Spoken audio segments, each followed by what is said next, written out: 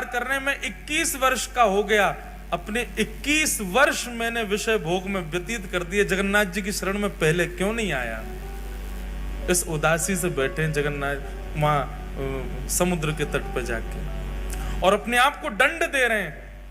ना कुछ पा रहे हैं, ना कुछ पी रहे हैं, ना कुछ पा रहे हैं, बस एक निष्ठ होकर रुदन करते जा रहे हैं और बार बार स्वयं को कोस रहे हैं, मैंने 21 वर्ष निकाल दिए।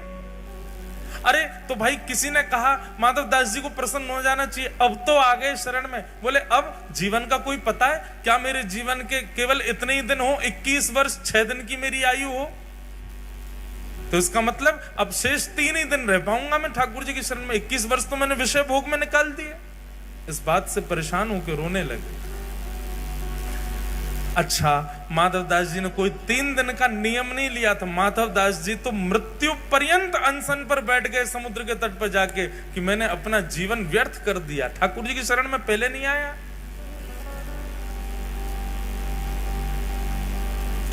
तीन दिन बाद महाप्रभु जगन्नाथ जी ब्रह्मवेदी पर बैठे हैं, महाप्रसाद सामने रखा है, लक्ष्मी मैया हाथ जोड़ करके खड़ी हैं, ठाकुर जी से कह रही हैं नाथ भोग आरोगो। जगन्नाथ प्रभु कह रहे हैं देवी इच्छा नहीं हो रही। क्यों? आप तो जगन्नाथ हो, आप तो प्रसाद देखते ही महाराज हाथ लंबे कर लेते हो, दूर दूर से पानी लग जाते हो, और आज आपको इच्छा नहीं हो रही, क्या बात है? महाप्रभु जी कहते हैं एक मेरा भक्त सब छोड़ के आ गया, सब त्याग करके आया, त्याग करके मेरे शरण में आया है, लेकिन इस बात की ग्लानि में बैठा है कि इतने वर्ष मैंने क्यों संसार में विषय भोग भोगे। और वो भूखा प्यासा 3 दिन से पुरी में समुद्र के तट पर बैठा है। मुझे उसकी याद आ रही है, मुझे भूख नहीं लग रही है, तुम कुछ करो, उसके पास प्रसाद भिजवाओ, वो पाएगा तब मैं प्रसन्न होऊंगा। लक्ष्मी जी ने स्वर्ण के थाल में महाप्रसाद को, जबकि थाल में कभी महाप्रसाद नहीं पाया जाता। थाल में प्रसाद केवल ठाकुर जी पा सकते हैं जगन्नाथपुरी में, बाकी सबको तो पत्रों में पाना पड़ता है, मट्टी के बर्तन में पाना पड़ता है, थाल में कोई प्रसाद नहीं पाता। लेकिन सन्मुख का थाल जिसमें महाप्रभु जगन्नाथ भोग लगाते हैं, वही थाल जगन्नाथ जी के अधुरामृत से युक्त थाल एक बालक का रूप धारण करके माधवदास जी के पास ले जाया गया, और माधवदास जी के पास रख करके कहा, बोले कि आप ही माधवदास हैं? स्वर सुनकर के बोले हाँ जी मैं ही हूं। बोले श्री ठाकुर जी ने आपके लिए प्रसाद भेजा है मंदिर से, पा लीजिए।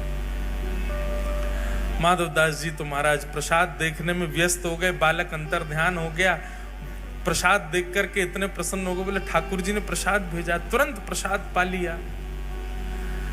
प्रातः काल होते ही मंदिर में थाल नहीं मिला, सब जगह हाहाकार मच गई, पुजारियों पर प्रश्न चिन्ह उठाने लगे। गजपति महाराज ने पुजारियों को खड़ा किया, थाल कहां गया ठाकुर जी का? सब बोले हमने तो भीतर ही पधराया, पता नहीं कहां गया। ठाकुर जी ने गजपति राजा को स्वप्न आदेश दिया, बोले चिंता नहीं करो, समुद्र के तट पर माधवदास नाम के भक्त हैं, उनके पास ही वो थाल में नहीं भिजवाया था, क्योंकि वो 3 दिन से अनशन पर बैठे थे। ये खबर सुनते ही सब पुजारियों सहित गजपति राजा गए और समुद्र तट पर देखा माधवदास जी बैठे प्रसन्न मुद्रा में, स्वर्ण का थाल रखा है, प्रसाद पा चुके हैं। सब ने जाके दंडवत किया और कहा महाराज आप दर्शन के लिए चलो। समस्त पुजारी और गजपति राजा माधवदास जी को लेकर के मंदिर में जैसे ही गए, मंदिर में माधवदास जी के प्रवेश करते ही ब्रह्मवेदी पर बैठे श्री जगन्नाथ झूमने लगे, ऐसे आनंदित होने लगे माधवदास को देखते। तो ठाकुर जी झूमने लगे माधवदास को